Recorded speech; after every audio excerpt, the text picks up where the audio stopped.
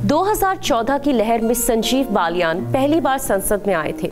ये वही नेता हैं जिन्होंने हमारे बुजुर्गों का सम्मान करना नहीं सीखा, माँ बहनों की इज्जत करनी नहीं जानी। कल पहले चरण के मतदान के बाद उन्होंने कहा कि बुर्का एक फर्जीवाड़ा है, जिसकी आड़ में कल मुजफ्फरनगर में कई बार पड़े हैं वोट। बाद में चुनाव आयोग ने बीजेपी संसद के आरोपों का खंडन भी कर दिया, लेकिन संजीव बालियान अपनी इस जिद पर अड़े रहे। तो बालियान जी, आपसे ही दो बातें। हमारी बहनों, बेटियों और माओं के लिए बुर्का कोई आड़ नहीं है, बल्कि उनके लिए बुर्का एक लिबास है। इस लिबास या नकाब या पर्दे को आप कुछ भी समझें, वो वैसे हिजाब से भी काम चला लेती हैं, लेकिन आपके जैसों की चील आंखों से बचने के लिए ही बुर्का पहनती हैं। वह आपके ही जैसों के कारण बुर्के में हैं। अपने को लिपस्टिक लगाकर सजती तो हैं, फिर छुप जाती हैं। वो सजती हैं कंगन पहनकर, हार ओढ़कर, बालियां डालकर। वो बीसों श्रृंगार करती हैं, लेकिन बालियानों के सामने आते ही वो बुर्का पहनती हैं। आप जैसों से डर कर, सहम कर ही पहनती हैं। बुर्का, जिसे आप कहते हैं कि एक आड़ है, वो बुर्के में भीतर से ही पूरे संसार को वैसे ही देख लेती हैं जैसा ये बना है।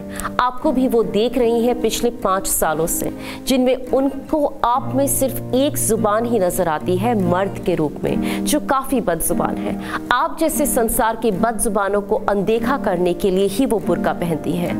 बालियान जी, आप तो अपने बयानों को लेकर हमेशा चर्चा में रहते हैं। आपने ही कहा था कि मुलायम सिंह हमारे जैसों के कारण जिंदा है, जबकि उनको मृत्युशैया पर होना चाहिए था। आपने ये कहा, तब भी आपने कहे के साथ आप डूब गए थे शर्म के चुल्लू भर पानी में। आप ही हैं जो बेशरूर हैं, जो उन औरतों के बुर्का पर उठा रहे हैं सवाल। वो औरतें किसी चौधरी अजीत सिंह की नहीं है, किसी ऐरे गैरे जमायत हिंद फौज लश्कर की भी नहीं होती। वह देवबंद स्कूल से बंधी नहीं होती, बरेली के मदरसों से भी नहीं होती। वो आपको तो चेहरा नहीं दिखाएंगी, वो अपने को लेडी कांस्टेबल को दिखाएंगी और पहचान देंगी और वोट करेंगी। और आपके लिए तो उनके पैरों और हाथों में पंजों से दिखते नाखून ही काफी हैं। बालियान जी, आपके कारण ही उनका सिर्फ सर ढकने से काम नहीं चल रहा।